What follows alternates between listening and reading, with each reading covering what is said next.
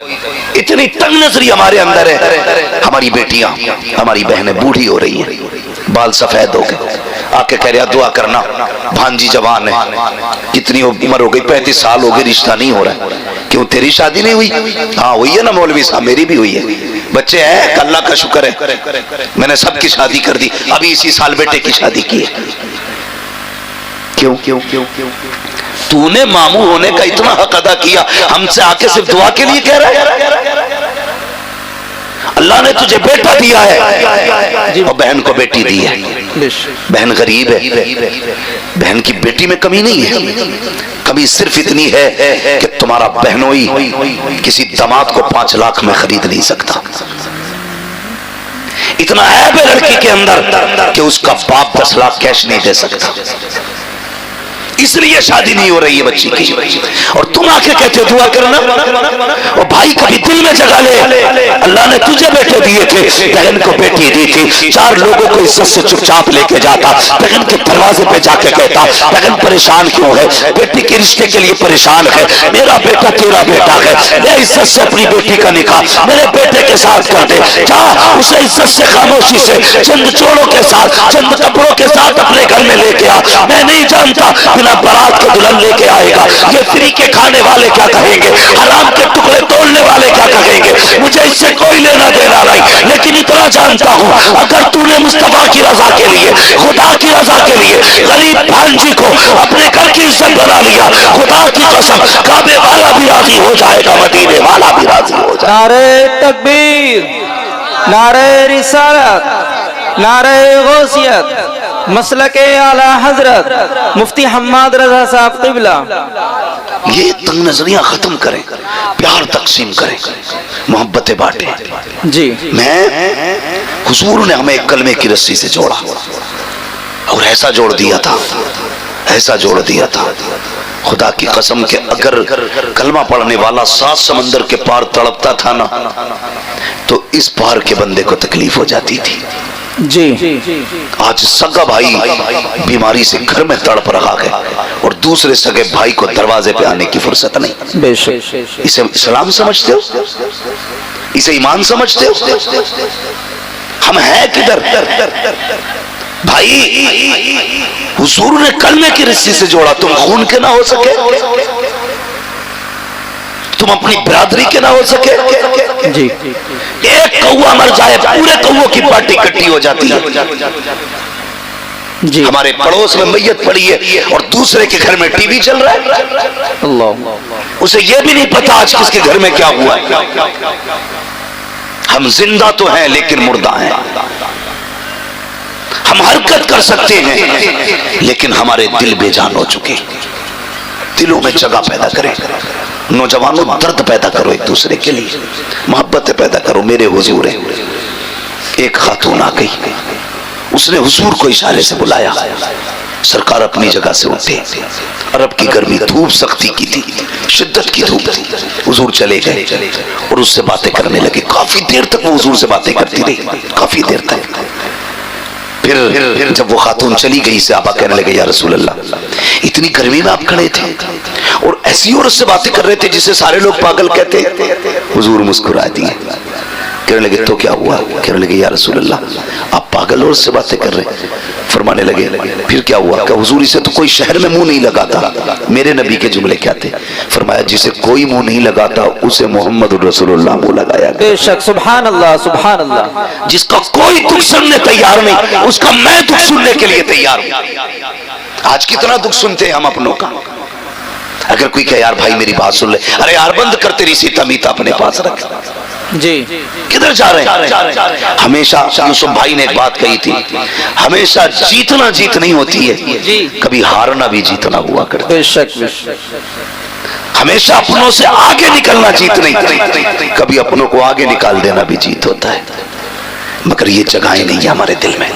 ہم تو مکان بھی اس لیے اونچا کرتے ہیں تاکہ پڑوسی کا مکان میرے مکان سے اونچا نہ رہے. جی بے شک. یہ نیت ہے ہماری. جوانوں زندگی 25 30 60 70 بس بہت کم لوگ ہیں جو 70 کی لائن پار کر رہے ہیں. ایک دن تو اور میں بھی کسی جنازے پہ لیٹے ہوں گے. بے شک. لوگ تیرے میرے جنازے کا مسجد سے اعلان کریں گے آج فلاں نہیں رہا, آج فلاں نہیں رہا, اس کا جنازہ اتنے وقت ہونا ہے, کیا کر لینا ہے پھر؟ لوٹ کے آ سکتا کوئی جنازے سے اٹھ کے؟ نہیں. کوئی قبر سے آئے گا؟ نہیں نا. جس دن آپ کے بند ہو گئی سارا معاملہ ختم ہو جائے گا. خدا را چنگا پیدا کرو دلوں میں. اپنوں کے لیے جیتے ہو, کبھی دوسروں کے لیے جیا کرو, دوسروں کے لیے. آج ہم مکان اس لیے اونچے کر رہے ہیں کہ میرے مکان اس کے مکان سے عالیشان ہو جائے.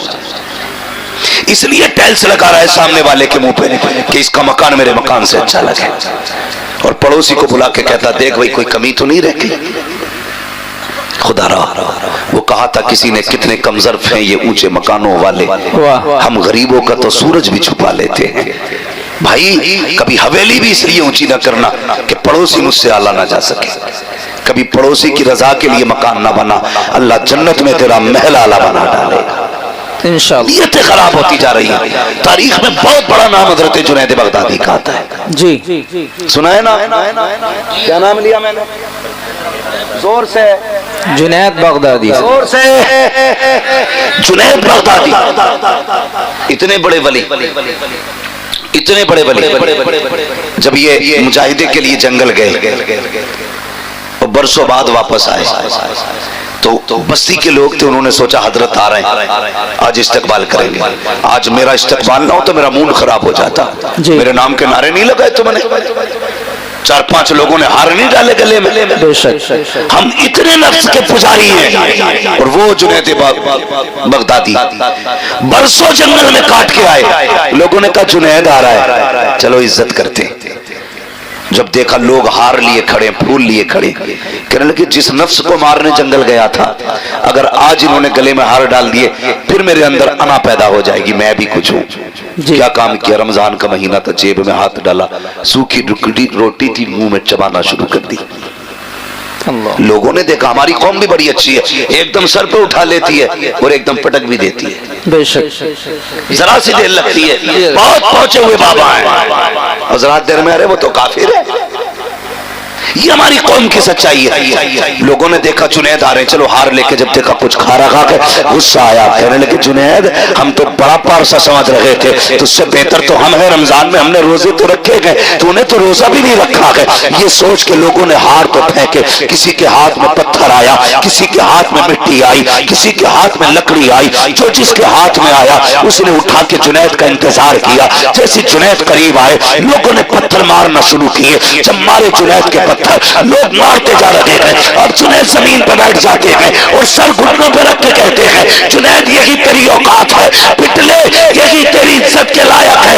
یہ کہہ کے پٹنے لگے. آخر میں سب پتھر مار کے گئے, کوئی جوتا مار کے گیا. ایک بچہ بچا جس کے پاس کچھ نہ تھا, اس نے آ کر کے جنید کے منہ پہ تھوک دیا. جیسے جنید کے منہ پہ تھوکا ہے, اب جنید برداشت نہ کر سکے. اے میرے پروردگار, میں نے پتھر کی مار برداشت کی, میں نے لکڑی کی مار برداشت کی, لوگوں نے جوتے مارے برداشت کیا, مگر میرے مالک بتا تو صحیح کہ جنید اتنا گر چکا ہے کہ لوگوں کے تھوک کے لائق نہیں رہا ہے. جیسے اتنا کہا آواز آئی ہے جنید اگر انہیں میں یہ بتا دوں کہ تیری شان کیا ہے تو یہ ساری باتیں چھوڑ کے کل سے تیرے دروازے پہ آ کے بیٹھ جائیں گے. حضرت جنید کہتے ہیں اے میرے مالک اگر تو میرے راز کھولے گا میں تیرے راز کھول دوں گا. اگر میں انہیں یہ بتا دوں تو کتنا کریم ہے, یہ ساری باتیں چھوڑ کے تیری رحمت پہ تکیہ کر کے بیٹھ جائیں گے. رب نے کہا تھا جنید سودا کر لیتے ہیں, تو ہمارے راز مت کھول, ہم تیرے راز چھپا لیں. نعرہ تکبیر, نعرہ رسالت, مسلک اعلی حضرت مفتی حماد رضا صاحب قبلہ.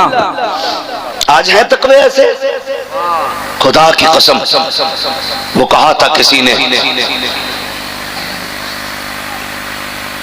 سرکار مفتی اعظم کے حوالے سے, جی متقی بن کر دکھائے اس زمانے میں کوئی, واہ واہ, ایک میرے مفتی اعظم کا تقوی چھوڑ کر. جی واہ, ہاں ایک میرے مفتی اعظم کا تقوی چھوڑ کر. بڑی بات ہے تقوی جسے اللہ نواز دے.